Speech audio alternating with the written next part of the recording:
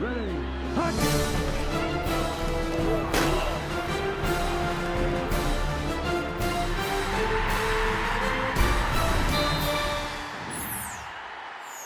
From the Opubco Studios in Oklahoma City, this is a Cable Motors OU update. I'm Jenny Carlson. Oklahoma plays Missouri at home on Saturday, and a question is running backs. Who's going to carry the ball for the Sooners? Travis Haney is on the phone from Norman. Travis, we've seen a lot of Dom Whaley. We've seen a lot of Brennan Clay. What about Roy Finch? Where does he factor into all of this? We talk about this every week, don't we, Jenny? It feels like we're going through this running back rotation by the week, and it has been Brennan Clay to start each of the first two games of the season, and then Dom Whaley's come in and played a significant role. But no Roy Finch. I think that's the topic of discussion this week, and we brought it up with Bob Stoops the past couple of his news conferences and did so on Tuesday, and he continues to insist that Roy Finch is not in any kind of doghouse.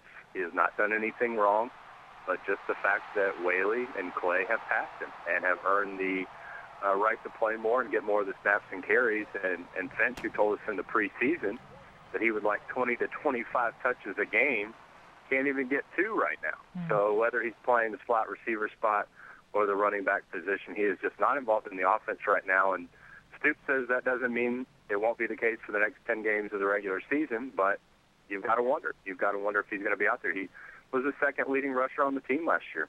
You know, we not only heard from Roy Finch talking about wanting carries, but we heard from coaches. We're going to need all these guys, they said, and yet they've really depended on 2. Does that mean Brennan Clay and maybe more than anything Dom Whaley have been better than expected? Has that changed some of the equation with the rotation for the Sooners?